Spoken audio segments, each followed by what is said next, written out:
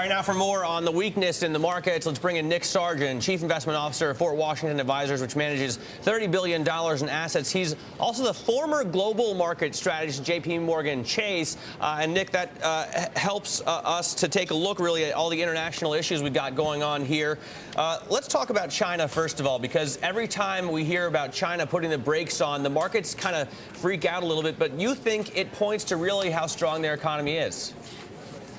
Absolutely, Matt. You already heard from your correspondent the GDP growth back to double digits, some evidence of inflation percolating, and some concerns about froth in their property market. So I think it's normal that markets retrace when there's some evidence of monetary tightening. That, you know, the real question though is, are they doing an overkill there that could abort the Chinese engine? No way, Matt. I do agree with my former colleague Steve Roach that China can absorb significant more tightening.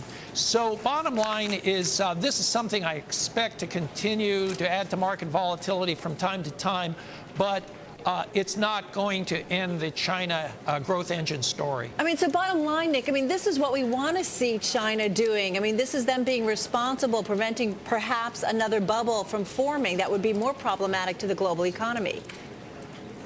Carol, it said exactly correctly that this is what many people had hoped the Federal Reserve would have done prior to the housing bubble. The argument was that the Fed was doing itsy-bitsy moves, and so the Chinese, are recognizing that there's a potential overheat situation, and let's deal with it earlier rather than after the fact. So that's why I'm actually pleased that they're doing this. Are you concerned then? Let's take it back to our U.S. central bank.